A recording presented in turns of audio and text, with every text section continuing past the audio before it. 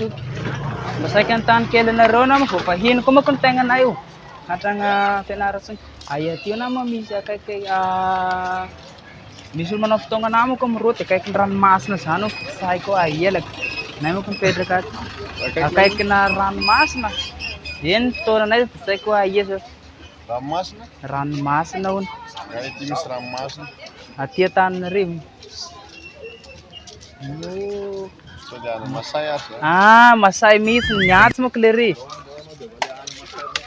Ni Masai meat kaya pa sila.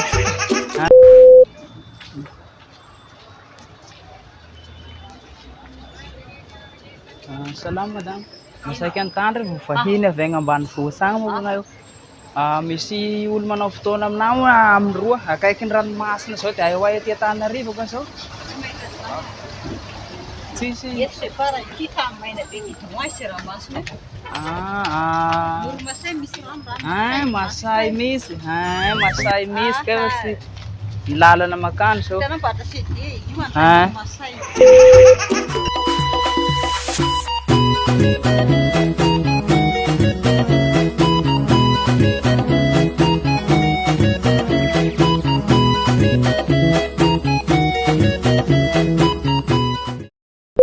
Doon masuk, selama masai kan tan kele na ro na masuk.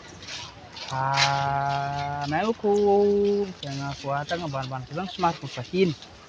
Timisi ulo na bukto na sana makay kan ran mas na sanon tan na ribete.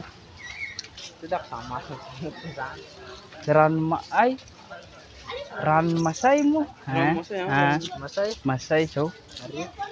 Nyakatan? Apa masai ini tiwat si ran mas na sana tiya tan na ribo.